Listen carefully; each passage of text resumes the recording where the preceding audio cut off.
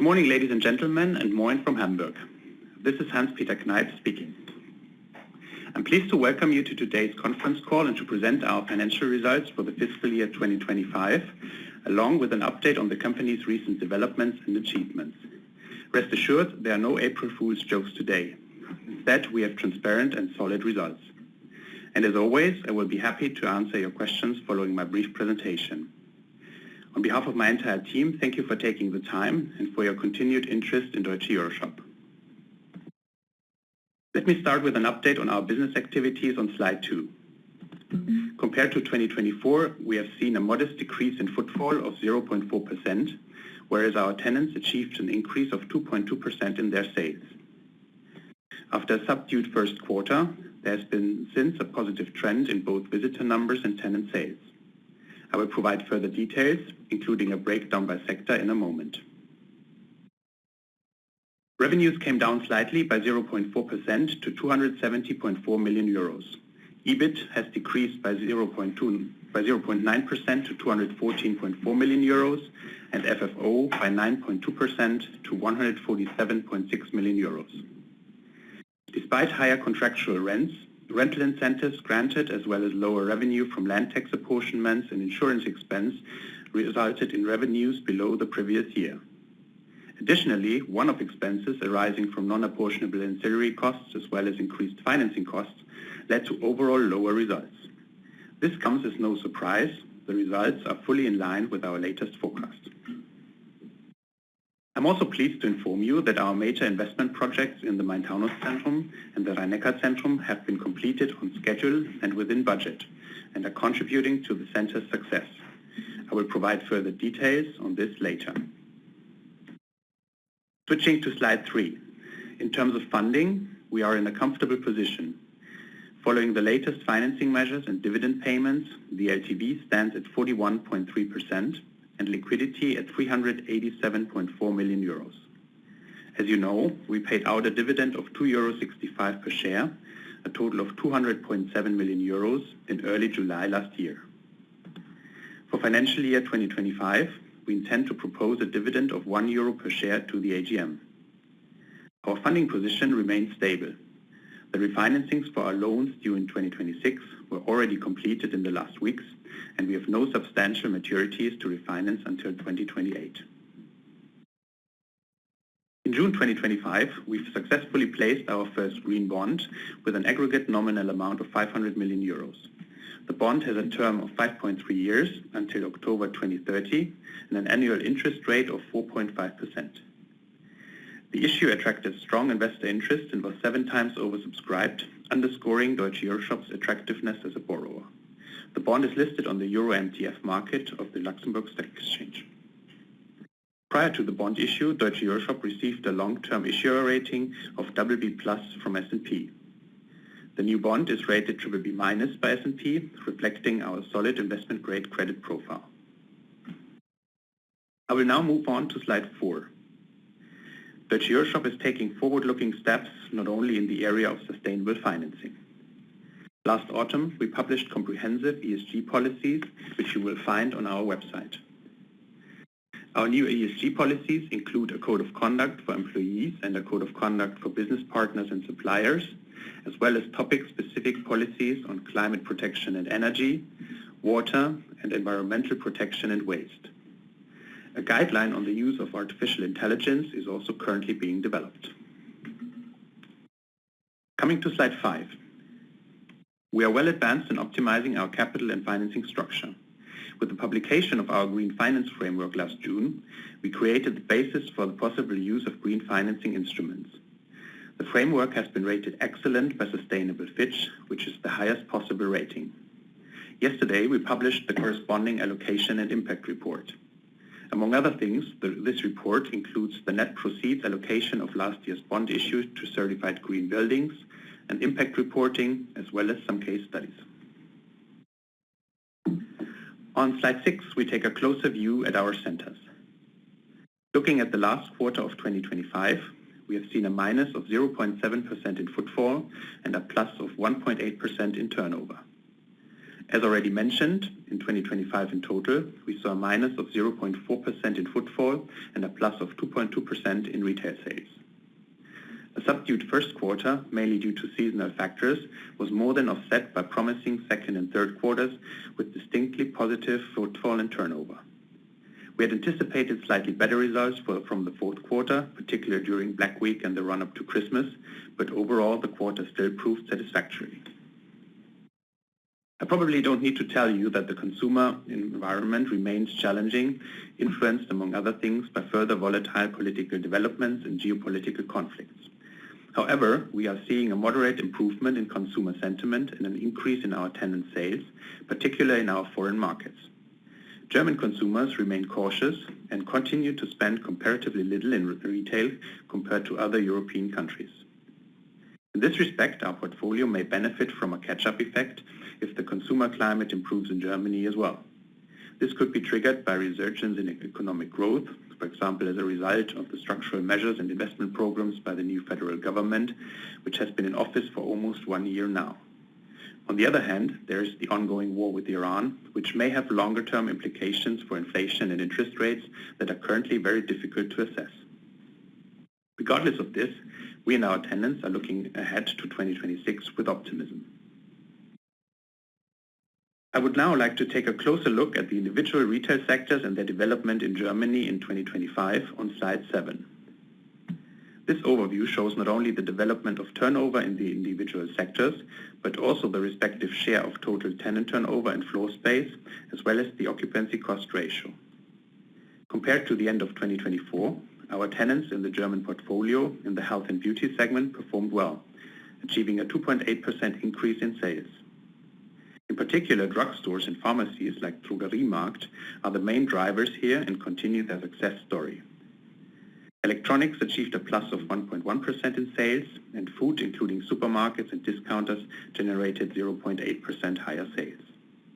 Our largest tenant group, with a share of 28% of sales and 41% of retail space in Germany, is fashion textiles, which ended the year 2025 with a slight decrease of minus 0.5%. General retail, which includes bookstores, toys, household goods and jewelry, as well as department stores, ended with minus 0.4%.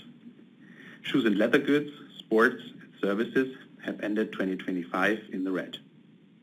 Overall, our tenants in Germany increased their like-for-like sales only slightly by 0.1%, while our tenants abroad ended more positive at plus 3%.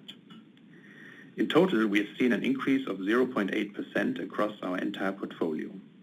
In absolute terms, our tenants generated 2.2% higher sales, as already outlined previously. And finally, this page shows that the average occupancy cost ratio, the so-called OCR, which is the ratio of rents and ancillary costs to be borne by our tenants relative to their revenues, is 11.3%. A healthy ratio that enables our tenants to be successful in our shopping centers over the long term, and that shows you that our portfolio is well balanced and not over-rented. Please follow me now to slide 8 for a look at the maturity distribution of our rental contracts. The weighted maturity of the portfolio stands slightly higher at 4.9 years. 41% of our rental contracts only mature in 2031 or onwards. The occupancy rate increased by 0.3 percentage points to 95.7% and stands at a high level. On slide 9, you will find our top 10 tenants with again only minor changes. Our biggest tenant, H&M, has a share of 2.6%, followed by Deichmann and C&A with 2.5% each. The 10 largest tenants only account for 22.5% of our rental income. Our sector mix, as shown on slide 10, confirms our balanced sector diversification. Fashion remains a focal point of our shopping centers, and it attracts as many customers as ever. Beyond fashion, our portfolio offers a retailing mix with a high component of groceries, daily necessities, and further non-discretionary spend retailing. This is a strong advantage, and visitors particularly appreciate our well-balanced tenant mix, even or especially in an era of growing online retail. Contrary to popular belief, a well-curated fashion offering remains a strong draw for visitors, creating positive spillover effects for other retail segments within our centers. At the same time, we are actively working to further diversify our sector mix by expanding gastronomy and entertainment options, which are equally popular and contribute to longer visitor dwell times. That concludes my update on the current situation in our shopping centers. I would now like to present the financial results for 2025 and would like to start by addressing the valuation of our investment properties on slide 11. Property values experienced a slight improvement in 2025. Due to rising rent levels, property valuations stabilized during the reporting year, and after several years of declining valuations, the property portfolio saw a slight increase in value with a valuation gain of 14.4 million euros compared to a valuation loss of 14.6 million euros in the previous year. Mainly as a result of this valuation gain, as well as investments into the portfolio, the market value excluding at equity increased by 54 million euros. Real estate assets increased in value by 1.4% in 2025 after 0.7% in 2024. The net initial yield for our portfolio stands at 6.22%, slightly below the previous year. The EPRA net initial yield stands at 5.89%, up from 5.84% in 2024. The sensitivity of the valuation results to changes in the main value drivers is shown in the table in the lower right part of this slide. Let us now look at the revenues on slide 12. These came out slightly lower at 270.4 million euros after 271.4 million euros in 2024. This is a decrease of 0.4%. While contractual rents increased, revenue from rental income fell slightly overall due to rental incentives granted to tenants, including construction cost subsidies and rent-free periods. Mainly due to the property tax reform, German Grundsteuerreform, the revenue from property tax apportionments and insurance expenses decreased by 1.8 million euros. The breakdown between Germany and abroad has shifted slightly in favor of foreign countries, where we now have a 22% share. For our EBIT, let's have a look at slide 13. With a slight decrease of 0.9%, our EBIT came out at 214.4 million euros. A main driver here were increased center operating expenses due to one-off expenses related to non-apportionable ancillary costs associated with the renewal of technical equipment and the storm damage, which was reimbursed by the building insurance. Noteworthy is that property tax expenses have fallen sustainably due to the already mentioned tax reform. On slide 14, we come to the financial result, which decreased by 30.4% or 15.5 million euros and came down from minus 51.1 million euros to minus 66.7 million euros. Interest expenses increased by 13.5 million euros due to the interest on our inaugural green bond, loan increases in the prior year, as well as higher interest rates for follow-on loans. The other financial result includes interest income, as well as 2.7 million euros expenses for the termination of swaps in the course of the early repayment of loans. On slide 15, you can see that the EBT, excluding valuation, came down from 165.2 million euros to 147.8 million euros, which is a minus of 10.5%. This reduction was caused by the downturn in the financial result, mainly due to the increase in interest and other financial expenses. The interest income from short-term bank deposits was below the prior year at 4.6 million euros. Our consolidated result on slide 16 increased by 74.2% from 123.5 million euros to now 215.1 million euros, mainly due to a higher valuation result and lower taxes. Correspondingly, EPS increased from €1.62 to €2.84. Please follow me now to page 17 and to the development of the FFO. The FFO decreased from 106 million euros to now 147.6 million euros, or on a per share basis from €2.14 to €1.95, due to the lower EBIT as well as the lower financial result. Let me now turn to the balance sheet, which you will find on page 18. Our total assets after the bond issue in June amount to 4.6 billion euros. This is an increase of 239.4 million euros compared to the reporting date end of 2024, basically due to an increased cash balance as well as the slight increase in property values. As of 31st December 2025, current and non-current financial liabilities stood at 2.1 billion euros, which was 283 million euros higher than at the end of 2024, in particular due to the 500 million bond issued in June. Loans in the total amount of 208.5 million euros have been repaid, mainly using bond proceeds. Among partial repayments, the loans of Herold Center Norderstedt and Stadtgalerie Hameln have been fully repaid. Our consolidated cash and cash equivalents as of 31st December 2025 stand at 387.4 million euros.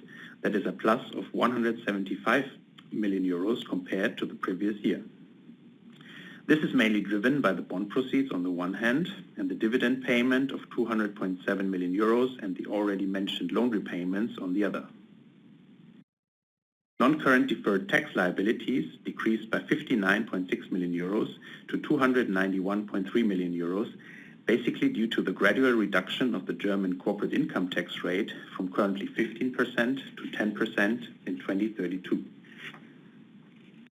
Total equity, including non-controlling interests, increased by 24.4 million euros.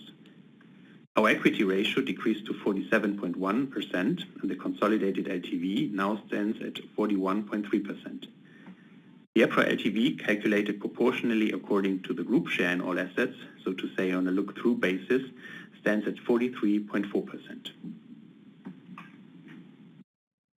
On slide 19, we have our EPRA NTA, which, due to the dividend payment of 200.7 million euros, decreased to now 28.45 euros on a per share basis. That is a minus of 2% compared to the previous year and implies a discount of around 29% to the Deutsche EuroShop share price. On page 20, let me give you some updated information on our financing structure. As just shown in the balance sheet, total debt amounts to 2.1 billion euros. On 31st December 2025, our average interest rate stood at 3.2% and the weighted maturity at a comfortable 4.9 years. After issuing our 500 million euro bond in June, we remain in a good position with strong and sustainable investment grade credit metrics, including an LTV of 41.3%, net debt to EBITDA of 7.6 times, and interest coverage of 4.2 times. On the right-hand side, you can see Deutsche EuroShop's long-term diversified maturity profile in more detail, now including the bond maturing on 15th October 2030. All refinancings due in 2026 have already been completed, and given only minor maturities in 2027, larger refinancing obligations do not arise until 2028. We've summarized the key details of our green bond on slide 21. We reached a financial milestone by attaining a corporate rating and tapping the capital market for future corporate financing.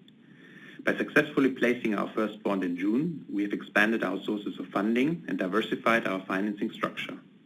The 500 million euro bond was 7 times oversubscribed, reflecting the confidence that institutional investors place in the retail real estate market and Deutsche EuroShop in particular, as well as the willingness to invest in our shopping centers as eligible sustainable projects in line with our green finance framework. Coming to a portfolio update on slide 22. The Food Garden is the new highlight of the Main-Taunus-Zentrum near Frankfurt, giving it a lively and urban atmosphere. The high-quality, varied restaurant and food area opened last April. The Food Garden was built on an area of around 7,000 square meters in the heart of the shopping center in place of a former department store building at high sustainability standards. The Food Garden is fully let to high-quality tenants. Those of you who have not yet had the opportunity should check out the project on site. Our IR team is happy to provide guided tours as well. The feedback from customers and tenants is excellent and is impressively reflected in the center's footfall. Visitor numbers went up by 12% since the opening. By the way, this area is open 7 days a week and is also very popular on Sundays. On slide 23, we have an update on the Rhein-Neckar-Zentrum close to Mannheim. A larger investment project has been completed and the center expanded with attractive tenants in gastronomy, sports and entertainment. Since February 2025, a new and modern freestanding L'Osteria provides highlights from the Italian kitchen to our visitors.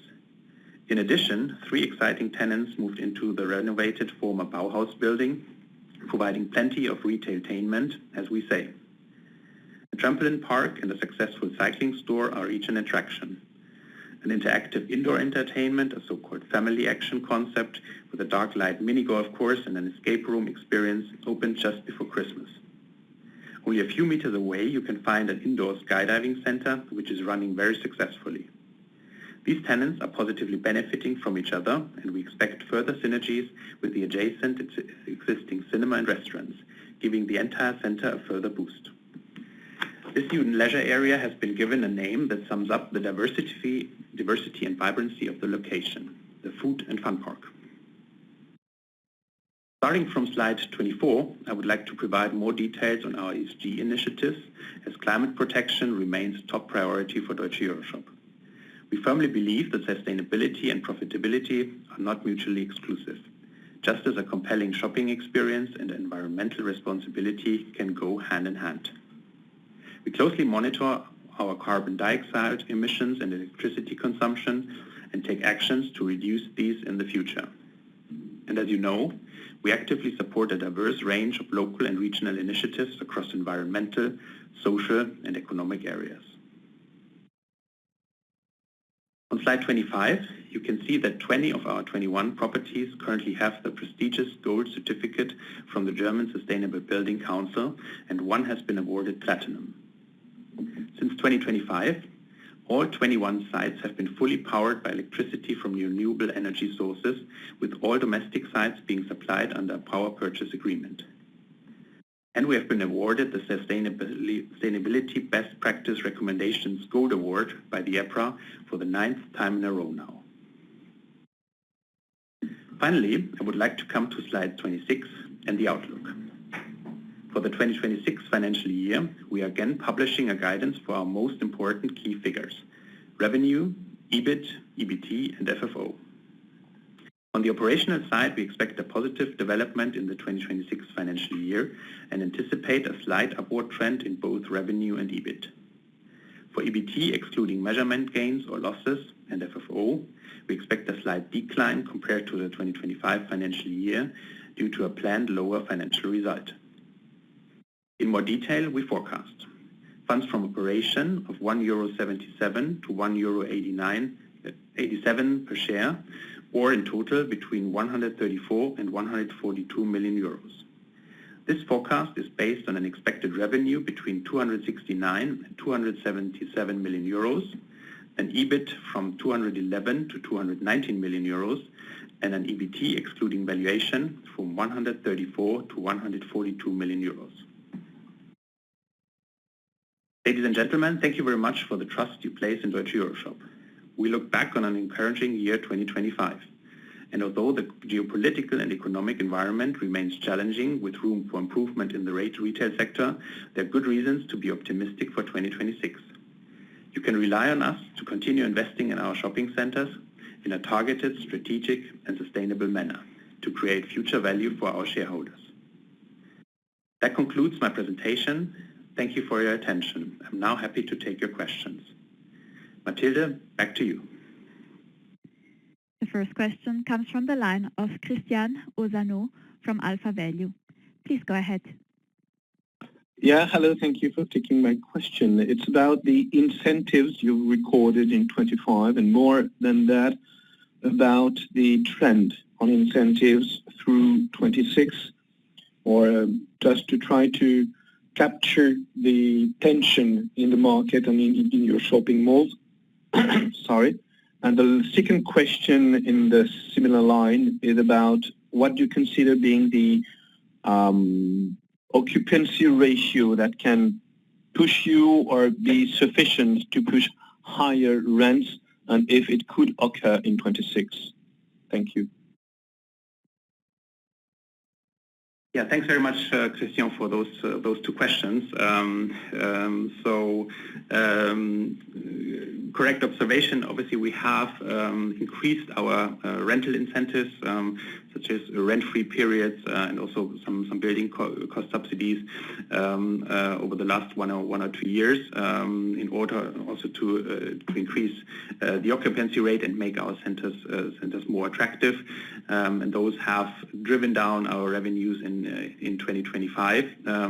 We still do see a slight upward tick needed, but are then pretty confident that those will stabilize at a similar level for the coming years, which leads to your second question, which is occupancy ratio. As you may know, to Deutsche EuroShop, it always has been very important to have our centers very attractive, close to fully let, in order to then, on this basis, push for higher rents. So that's the strategy going forward. So now you've seen that the occupancy has increased to 96%, to 95% according to APRA, so pretty similar.